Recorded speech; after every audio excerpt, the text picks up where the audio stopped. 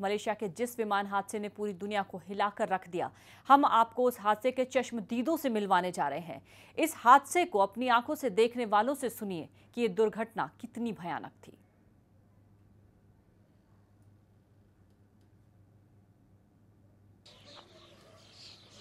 Видел самолет. В доме был, слышу гул, взрывы, 2 было взрыва. Выскочил, смотрю, дым черный, думаю, племянника моего накрыло.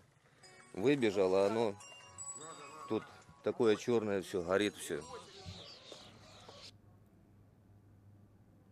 तो आपने सुना इस हादसे के चश्मदीद ने क्या कुछ देखा, और इस हादसे के बाद ये पूरा इलाका काले धुएं से भर गया। अब सुनिए एक और चश्मदीद के जुबानी कि कितना भयानक था ये विमान हादसा।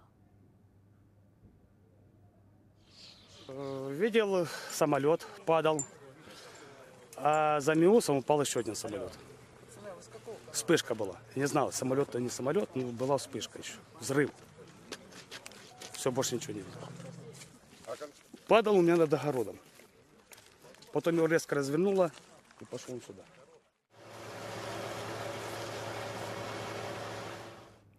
यानी जिसने भी ये हादसा देखा उसे अपनी आंखों पर यकीन नहीं हुआ। हादसे के बाद हर तरफ बस मलबा ही मलबा था और आग ही आग थी। सुनिए हादसे की तस्वीर की एक और चश्मदीद के जुबानी। Ну, перед этим пальба была. Слышно, что это стрельба была где-то у деби там. Несколько выстрелов, а потом сильный хлопок, и он из-за ту, я аж сильный хлопок, я аж испугался, что рядом какой-то. Я с трактора голову высунул, и смотрю, из-за туч появляется, распадается на куски, начали туда, черные части, туда-сюда, куда-то, полчасти туда пошло, полчасти сюда, а то. Ну, и я быстренько сюда пробежал, как раз тут этот огонь был, это пламя тут. Вот и все, что я видел. और हमारे साथ रिटायर्ड ब्रिगेडियर भी हैं अमृत कपूर, उनसे भी हम इस पूरे मामले को लेकर बात करेंगे। अमृत कपूर जी, स्वागत है आपका न्यूज़ एक्सप्रेस में। जिस तरह से ये पूरा हादसा सामने आया है और अब यूएन से इसमें दखल देने की बात भी की जा रही है कि वो इस पर संज्ञान ले, कुछ कार्रवाई करे, क्या कुछ मान सकते हैं अब इस हादसे के बाद क्या असर पड़ेगा आपसी रिश्तों पर देशों के, खासतौर से रूस की अगर हम बात करें, रूसी रिश्तों को लेकर? ये रूस के साथ हमारे रिश्ते तो बहुत पुराने हैं, उस पर कोई असर नहीं पड़ने वाला। ये जो एक वाद विवाद चल रहा है, ये यूक्रेन के जो ईस्टर्न पोर्शन के अंदर जहाँ पर कि अपराइजिंग हो रही है और प्रो रशियन रेबल्स वहाँ पर उस एरिया के ऊपर उनका अधिकार है, ये जहाँ हादसा भी हुआ है। और आपने देखा होगा कि जो S-11 या बक मिसाइल, S-11 है नेटो का नाम, जो ये मिसाइल दागी गई है, ये दोनों ऑपरेट करते हैं, यूक्रेन भी करता है और रशिया भी करता है जी। और ये एक जो आतंकवादी हैं या रेबल्स हैं, ये उनके पास कैपेबिलिटी नहीं होती कि वो ऐसी मिसाइल दाग सकें। तो ये प्रॉपर आर्मी की जो ट्रेंड यूनिट्स हैं वही दाग सकती हैं। और अगर इनके जो रेबल्स हैं, रशियन रेबल्स उस इलाके में हैं, तो एक पॉसिबिलिटी हो सकती है कि उन्होंने फायर की हो, दूसरी है यूक्रेन की तरफ से फायर हो, और तीसरी रशिया की तरफ से भी, सो मेन लैंड से। तो अभी ये जब इसको ट्रेस आउट करेंगे इसकी ट्रेजेक्ट्री को, उसके बाद में ये लगेगा कि कहाँ से इसका ओरिजिन हुआ है इस मिसाइल का।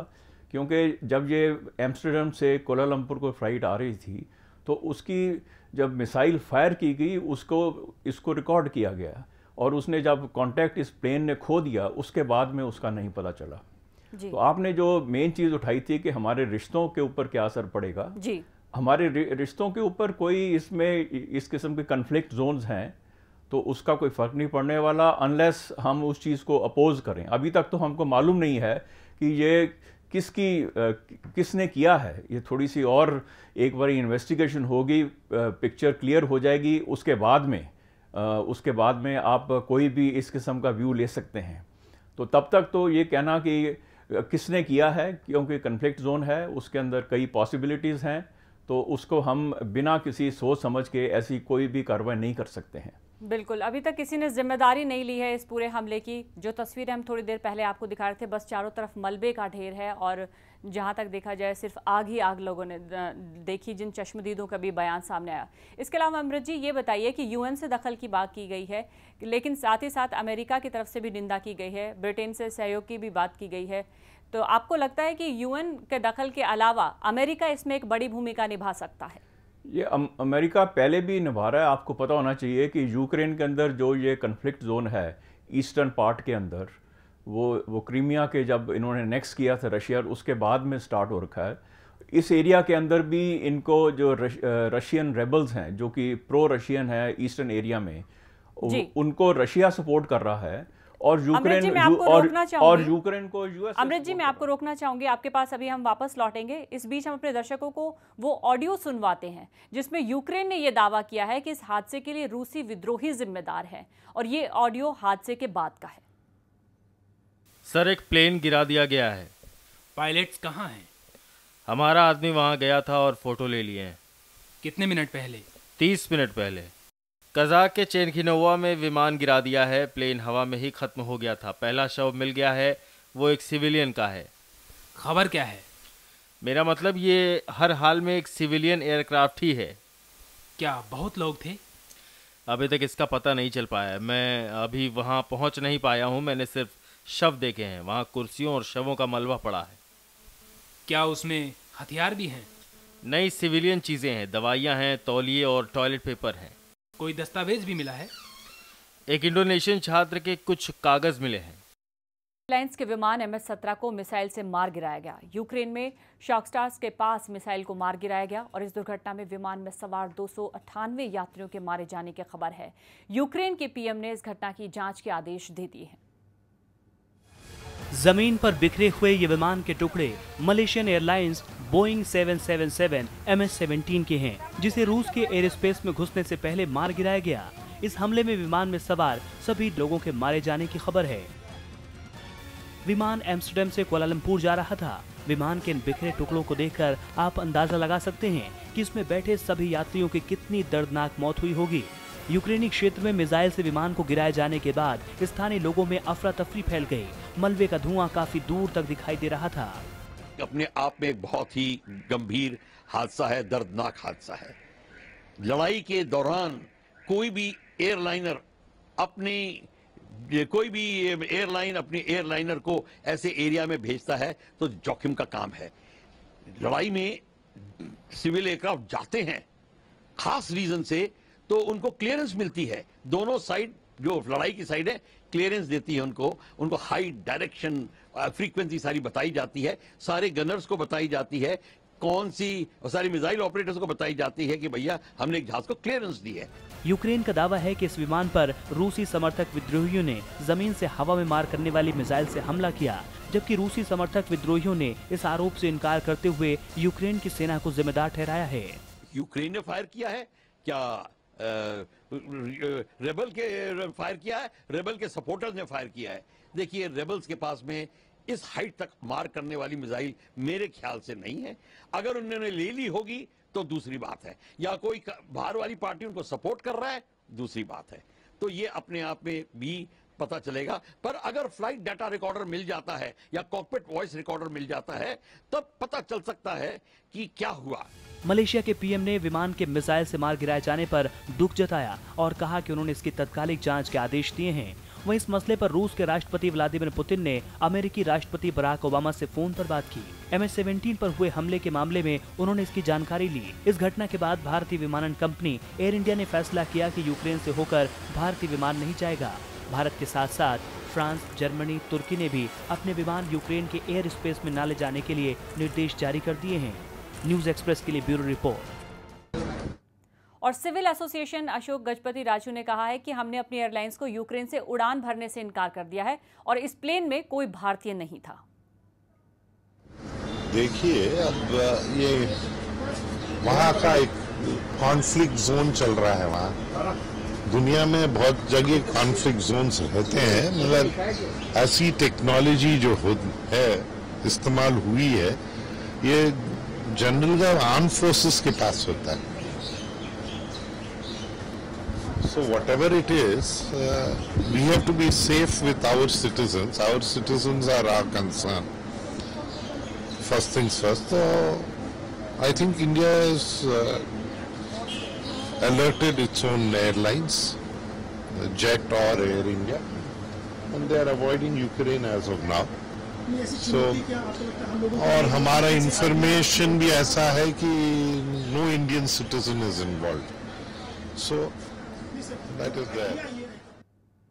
और जावड़ेकर ने कहा है कि ये जो हादसा हुआ है वो बेहद दुखद है। मलेशिया का हवाई जहाज का हादसा हुआ है वो बहुत गंभीर है। ये कैसे हुआ, इसमें कौन इन्वॉल्व है, इसकी जांच होने के बाद हम आधिकारिक प्रतिक्रिया देंगे, लेकिन जो हुआ वो बहुत दुखद है और इसमें अगर जिस तरह की खबरें आ रही है सभी चिंता का विषय है। और एक बार फिर से चलते हैं रक्षा विशेषज्ञ अमृत कपूर जी के पास। अमृत जी, ये बताइए कि आखिर इन अलगाववादियों को समर्थन तो रूस से हासिल है, तो क्या फिर हम मान सकते हैं कि जो सीधा इन्वॉल्वमेंट है वो रूस का ही है? नहीं, ये आप नहीं कर सकते, कह नहीं सकते इस समय, जब तक ये ब्लैक बॉक्स आपको ना मिल जाए या कॉकपिट रिकॉर्डर ना मिल जाए जी, उससे ही ये पता चलेगा। लेकिन उससे पहले जो मैंने आपको पहले भी बताया था, द पॉसिबिलिटीज़ हैं वो 3 पॉसिबिलिटीज़ हैं। एक तो रेबल्स जो कि प्रो रशियन है जो ईस्टर्न पोर्शन के अंदर जी, वो इस पे कार्रवाई कर सकते हैं। जैसे इससे पहले प्रफुल्ल बख्शी ने भी बताया कि कोई भी रेबल्स हैं जो शोल्डर फायर्ड मिसाइल होती है, उनके पास ये कैपेबिलिटी नहीं है 30,000 फुट के ऊपर किसी विमान को नीचे लाना। शोल्डर फायर्ड मिसाइल सिर्फ 15,000 फुट तक फायर कर सकती हैं, तो वो पॉसिबिलिटी तो आप रूल आउट कर सकते हैं। दूसरी चीज़ ये है कि ये एक जो सरफेस टू एयर मिसाइल है, जो कि बुक मिसाइल भी बताया गया S-11, अभी वो दोनों के पास हैं।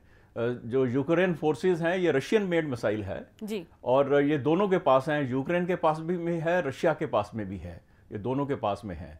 तो ये अभी लॉजिकली तो ये लगता है जैसे, क्योंकि ये Russian space air space enter करने से पहले इसको गिराया गया है, तो हो सकता है अगर जो ये प्रो रशियन उसके अंदर यूक्रेन के अंदर रेबल्स हैं, अगर उनको ये क्षमता दे दी गई है S-11 की, तो ये चांसेस हैं। और साथ में आप जैसे कॉर्पोरेट कर रहे हैं, कुछ रिकॉर्डिंग आई है, लेकिन वो उसका थोड़ा सा समय जो मैं देख रहा था उसमें थोड़ा अलग समय है, तो वो इसके साथ लिंक कर रही है, तो वो हो सकता है। इसका मतलब ये है कि जो रेबल्स हैं उनको ये क्षमता रशिया की तरफ से दे दी गई है जी, क्योंकि और कोई उसको यूक्रेन तो देगा नहीं अपने खिलाफ।